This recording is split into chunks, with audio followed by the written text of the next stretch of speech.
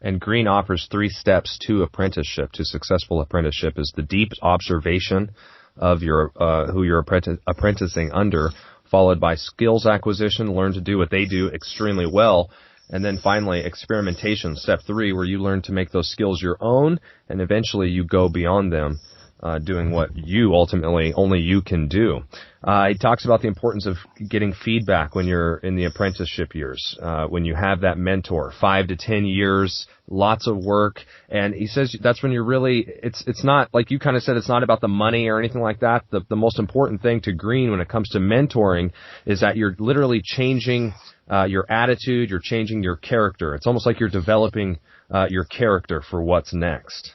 Go ahead. He said the dividends, he says something to the effect of, don't do anything for money. You're far better taking an unpaid internship with somebody that you're really passionate about or really interested in learning, or somebody who's at the creative edge of their field or something like that, because it'll spark something that's inside of you that would pay vast dividends, far greater than any amount of money that you would be able to get by, some job that would, pay you money. And he said there's also, a certain amount of freedom to that because you're not getting paid, because you're not, there's no expectation from the master down to the apprentice. They end up sharing a lot more with you than they would if they were paying you. If you're getting paid, then you almost have to justify what you're doing and, get more concerned about social politics and stuff. So it's a very freeing way of being able to learn with no pressure, that's very natural for the human body to experience. One that's completely foreign. I mean, I don't know how or why. I mean, I know how or why because the powers that be don't want this. But this is what worked for so many years. If you wanted to become a watchmaker, you worked, under a master and you learned the tricks of the trade and, eventually you would, spend, and Robert Greene, I guess, did a study or somebody did a study says that it takes 10,000 hours or the equivalent of 7 years worth of work, to really hone the skills necessary for you to, step out on your own, create your own masterpiece. That's what an apprentice would do. They would create a masterpiece, that would show that they are masters and that they're able to go out and go, go on their own path and start creating their own things. Again, the thing that he says is that when you're looking for the apprenticeship, you're not looking for money, a title, position, or anything like that. You're literally transforming your mind and your character. That's the big thing to harp on there. But to go from apprenticeship after you found your calling, you find someone that you want to apprentice under, you find a master that you can learn from. But from there, he says the next step to becoming a master is to learn social intelligence, mastering social intelligence. Green says, Chris, that the most effective attitude to adopt is one of supreme acceptance. The world is full of people with different characters and temperaments. We all have a dark side, a tendency to manipulate, and aggressive desires. So Green's going on to say that if you don't understand the nature of yourself and the nature of people, well, then that's going to inhibit you from furthering your progress. Once you get out from under the wing of who you're apprenticing under, your teacher, you're out in the world. But if you don't have that social intelligence, you're setting yourself up for failure. To me, that started reminding me of, thinking of the cunning ways of psychopaths, how so many systems are out there to take advantage of you, things of that nature. And I took away from it like, hey, he's kind of saying you need to understand these type of things, or you're going to you're kind of ripe to be picked, if you will, by scheming, cunning men later down the road. What do you think? Yeah, I kind of took it as, listen to all and follow none, that the individual must constantly be on guard of becoming complacent in their growth. I think far too often that people find, whatever secret they think is it and grasp onto it as, a dying branch that they're holding onto, that's the truth that they see in the world.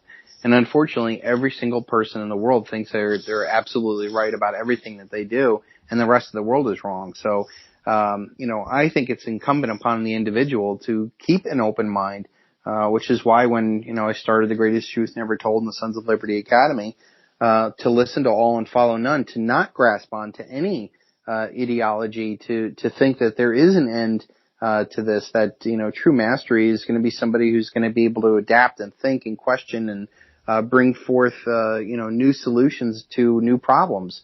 One of the reasons why we talk about the trivium is because you need to apply logic to the situation, and not be where I was. I thought, being Republican wasn't enough. I had to be conservative. Being conservative was not enough. I had to be a neocon. And once I was a neocon, man, I was right, and I let everybody know.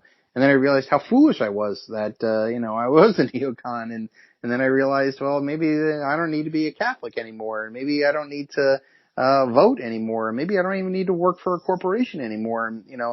Maybe I don't need money in their system. And then you start questioning everything, and then you realize that true power, your inner self, is what you should be working towards, and it takes a lot of time and energy to bring forth all that stuff, and it's a big process, and one in which if you don't start now, you're not going to be able to do it when the lights go out, so to speak, of the next crisis, because you'll be worried about the lower end of Maslow's pyramid and not developing your highest and best self at the top. Green goes on to say that you have to learn to read people in the moment, seeing them as individuals and trying to gain an understanding of them from the inside out. That way you have empathy. Such empathy will provide invaluable in being able to persuade or seduce them. You gain this intuitive feeling by cutting off your own ego, the voice inside your head, and listening and observing more deeply. The other reason that he says, or that he recommends gaining more social intelligence, is that you have to learn how to see yourself as others see you, using them as a mirror to help correct your own social flaws. Interesting topic. You talk about empathy. Again, another opposite consciousness to the psychopathy that is so prevalent in the world. This narcissistic, me. But when you're empathetic, you really don't care about yourself. You're more, reading other people and caring for them and encouraging them, which is the complete opposite consciousness of the world that's going on today. So that to me is another key towards finding your true self, because I think also when you're empathetic, when you're empathetic to others, you can also give yourself a break. I think far too often some people are very hard on themselves because they're not empathetic. They're hard on themselves. They're replaying the negative, toxic people's voices in their heads, and they need to give themselves a break. I mean, it's not easy. There's no roadmap to this, or maybe we're getting a roadmap, but it's certainly not one that's empirically accepted all over the world, and that there's a certain path to take. Like our schooling system, or, corporate career path, or whatever, collectivist group out there. Yeah. And then, talking about the ego is where, we've said before, you got to kill it. I mean, that's where all the scarcity mentality and the competitiveness and the scarcity and all this stuff comes from, is because you kind of get so concerned about controlling and you being right and enforcing your will upon others. And once you become more empathetic, you start to let that go and realize that we're kind of all in this together, and that we need to, really be more abundant mentality versus scarcity mentality, more empathetic versus this psychopathy that's so prevalent, and instead of being me, narcissistic, start being, what can I do to help others? And I think the best way of helping others is being your highest and best self. And I think the confident, empowered individual who's independent of the system is probably the greatest gift to those that are around them. The Silver Shield Exchange is a free weekly podcast, but the only way to hear it is through email. Sign up today at silvershieldexchange.com.